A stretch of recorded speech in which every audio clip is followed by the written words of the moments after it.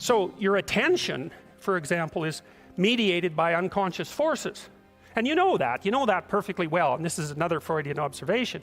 You know, if you're sitting down to study, for example, your conscious intent is to study. But you know perfectly well that all sorts of distraction fantasies are going to enter the theater of your imagination non-stop and annoyingly. And there isn't really a lot you can do about that except maybe wait it out.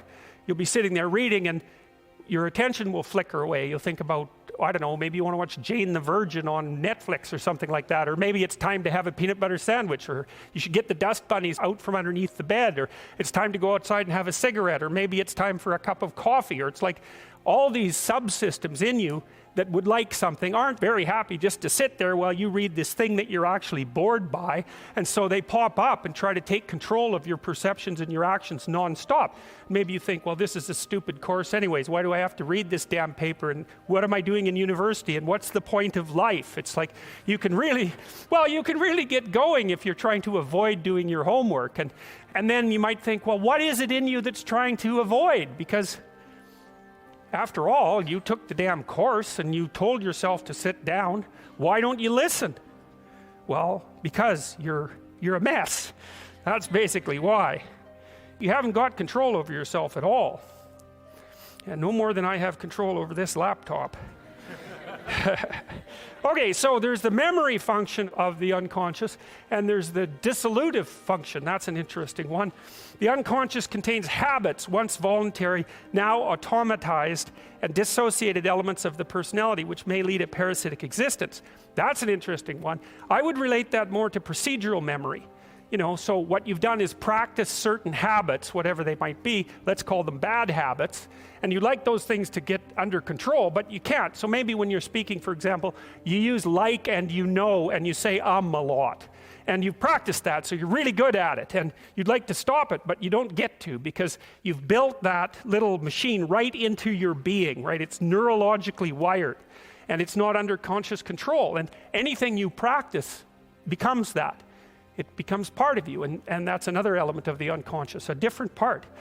And then there's a creative part, which is that, well, you know, you're sitting around and maybe you're trying to write something, or maybe you want to produce a piece of art or a piece of music, or maybe you're just laying in bed dreaming and you have all these weird ideas, and especially in dreams, it's like, where do those things come from?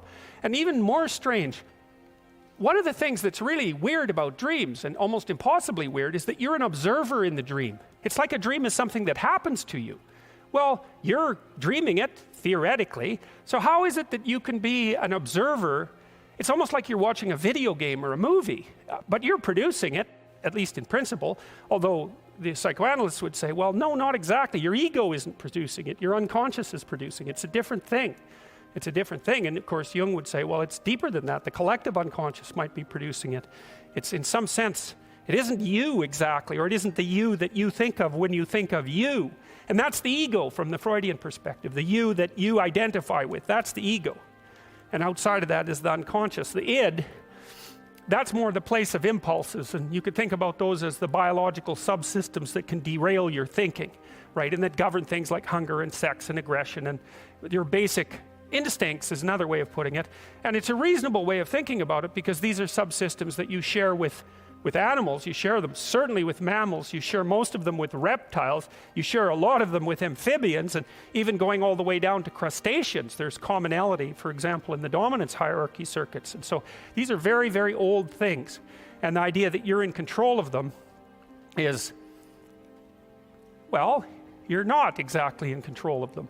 And I would say the less integrated you are, the less you're in control of them, and the more they're in control of you. And that can get really out of hand, you know.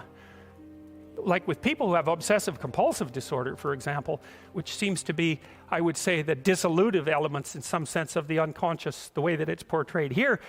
Poor people with obsessive compulsive disorder, they can spend half their time doing things that they can't really control, and they have very strong impulses to do them, and it's very hard on them to block them, you know. They'll almost panic if those things are blocked. And then you have people with Tourette's syndrome, you know, that they'll be doing all sorts of weird dances and spouting off obscenities and imitating people without being able to control it, and sometimes a little bit of antipsychotic medication can dampen that down, but it's as if there are these autonomous semi-spirits inside of them that grip control over their behavior and make them do things. And you know, you find that to some degree in your own life, because maybe you've become very attracted to someone, even maybe you don't want to be attracted to the person, and then you find yourself, you know, texting them when you know perfectly well that you should be going to bed, and you know, you're in a grip of something, and you can't control it, and that's all part of the unconscious.